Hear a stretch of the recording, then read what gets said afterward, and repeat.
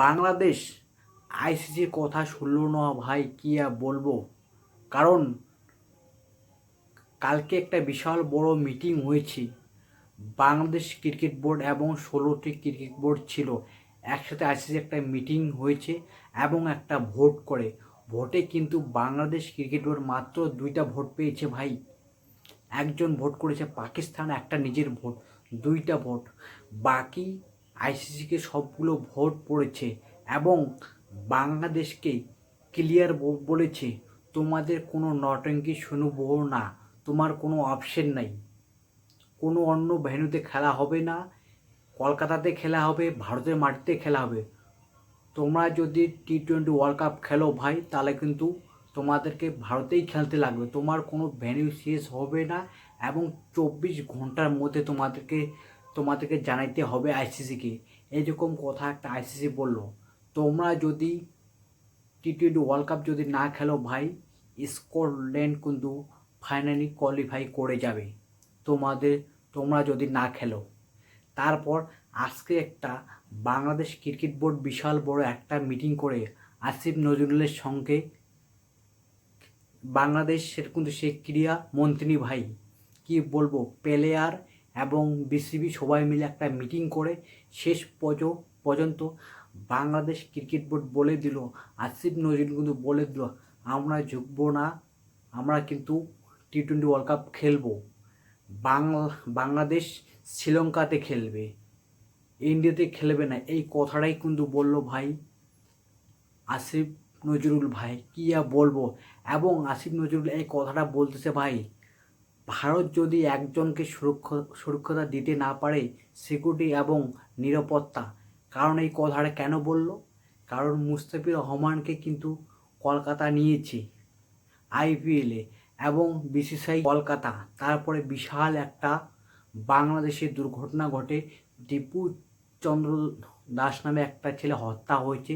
সেই জন্যে কিন্তু বিশাল বড় একটা ভারতে আন্দোলন চলে এবং শেষ পর্যন্ত বিসিসিআই বলে দিল মুস্তাফিজুর রহমানকে রিলিজ করে দাও। মুস্তাফিজুর রহমান যদি কলকাতার হয়ে খেলে, কলকাতায় কিন্তু বিশাল বড় একটা হামলা হতে পারে। এই দর্শকরা কিন্তু মুস্তাফিজুর রহমানকে বোতল দিয়ে ঢেলাঢেলি করতে পারে। তার জন্য বিসিসিআই বলল ভারতবর্ষের মুস্তাফিজুর রহমান কিন্তু ভারতে সুরক্ষিত নেই, এই কথাটা বলেছে কিন্তু বিসিসিআই। তারপরে কলকাতার টিমকে জানিয়ে দিল মুস্তাফিজুর রহমানকে রিলিজ করে দাও, এর পরবর্তীতে যে কোনো প্লেয়ার নিতে পারবেন, এই কথাটা কিন্তু বলেছে। তারপরে কিন্তু কলকাতা কিন্তু মুস্তাফিজুর রহমানকে রিলিজ করে দেয়। রিলিজ করার পর বিশাল একটা দুর্ঘটনা ভাই, কারণ বাংলাদেশ এটা মেনে নিতে পারছে না, বাংলাদেশের প্লেয়ার কোনো সম্মান নাই। তার জন্য বাংলাদেশ প্লেয়ার মুস্তাফিজুর রহমানকে রিলিজ করে দিয়েছে কলকাতা। সেই জন্য কিন্তু একটা বিশাল বড় আতঙ্ক ভাই বাংলাদেশে। সবাই কিন্তু বলতেছে আমাদের প্লেয়ারকে অপমান করা, তার জন্য টি-20 ওয়ার্ল্ড কাপ তারা খেলবে না ভারতের মাটিতে। মেন উদ্দেশ্য এটাই কিন্তু। তার জন্য বলতেছে ভারতবর্ষে কেন সিকিউরিটি এবং পুলিশ প্রশাসন কিন্তু ঠিক নাই এবং নিরাপত্তা ঠিক নেই। একটা প্লেয়ারের যদি নিরাপত্তা দিতে না পারে, তাহলেই আমাদেরকে 15 জনকে কীভাবে নিরাপত্তা দিবে। 15 জন প্লেয়ার এবং সাপোর্ট স্টাফ এবং মিডিয়া এবং সাধারণ স্টেডিয়ামের দর্শক বাংলার হয়ে যে সাপোর্ট করবে বাংলাদেশের হয়ে জার্সি পরে, তাহলে এখানে কী নিরাপত্তা থাকবে? কোনো নিরাপত্তা থাকবে না। এবং এটাও বলে দিল এই কয়েকদিনেতে ভারতবর্ষে কী এমন হলো ভাই, আইসিসি বলতেছে তোমাদের কোনো প্রবলেম নাই, ভারতে তোমরা খেলো।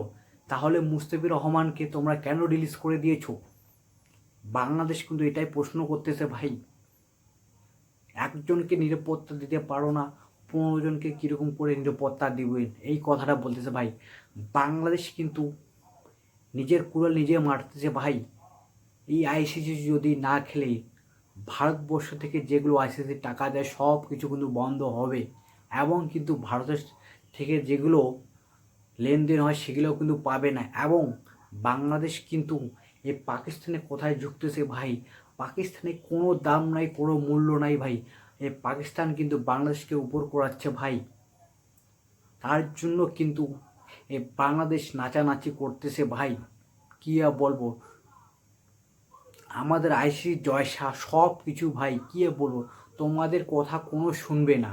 ফাইনালি স্কটল্যান্ডকে কিন্তু জায়গা দিয়ে দিবে তোমার বদলিতে। তোমাদের ক্রিকেট বোর্ড এত একটা বড় না ভাই, বাংলাদেশ এত একটা ছোট একটা ক্রিকেট বোর্ড ভাই, এতদিন থেকে খেলো কোনো একটা ট্রফি পেয়েছে, কোনো একটা ট্রফিও কিন্তু পায় নেই ভাই। এবং বাংলাদেশের পুলিশ প্রশাসন রাজনীতি কোনোই ঠিক নেই ভাই, যে নিজের প্রধানমন্ত্রীকে রাখতে পারে নাই ভাই। বাংলাদেশ কীরকম করে বলে ভারতের সিকিউরিটি এবং পুলিশ প্রশাসন ঠিক নেই ভাই।